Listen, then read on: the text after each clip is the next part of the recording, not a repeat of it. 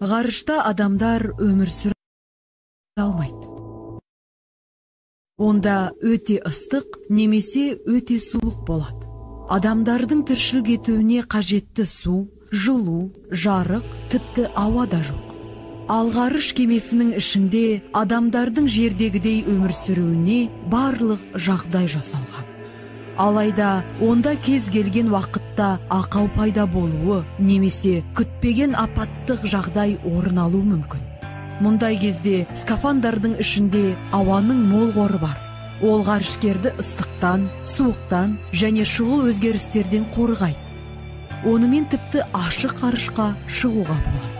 Ал ғарышкер кемеден тым алыстап кетсе, жолдастарымен кез келген уақытта радио байланыс арқылы хабарласа алады.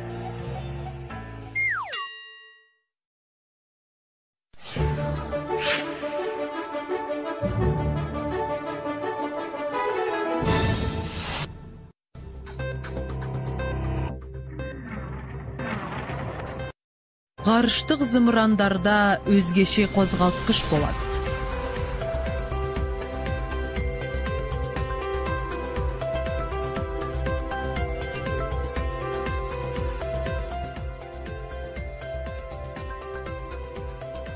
Ол үш бірдей баспалдақтардан тұрады.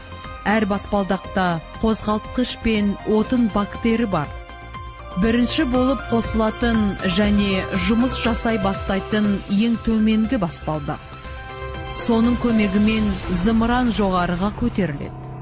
Ұшар алдында зымыран бактеріне толтырылған жанармай тұтандырылады. Ол жанып газға айналады. Жоғары қысымның әсерімен газ зымыранды итеріп аспанға шығарады. Отын жанып бітіп, бак босаған уақытта төменгі баспалдақ істен шығады да, екінші баспалдақ жұмыс істей бастайды. Дәл осы кезде зымыран жылдамдық жинап, өте қатты ұшады. Отын біткен кезде екінші баспалдақ босайды да, ең соңғы үшінші баспалдақ қосылады. Осы сәт бірінші ғарыштық жылдамдық қосылып, кеме ашық кеңістікке шығады.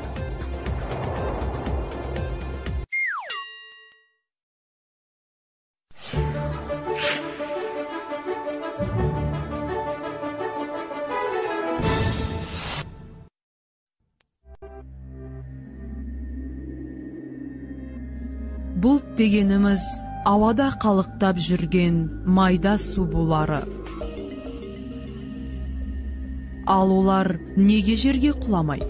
Өйткені су ауадан ауыр ғой деген сұрақ туындайды. Бұның жауабы мынадай.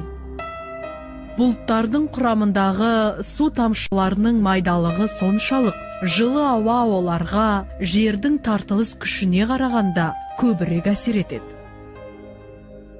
Аспандағы жылы ауалардың күшімен бұлттар буырқанып, топтасып көшіп жүретіні сондықтан. Дегенмен, бұлттар көбейіп, күшейетін болса, ауа оларды ұстап тұра алмайды. Нәтижесінде тамшылап жерге түсе бастайды. Жаңбыр, қар, бұршақ болып жауа бастайды.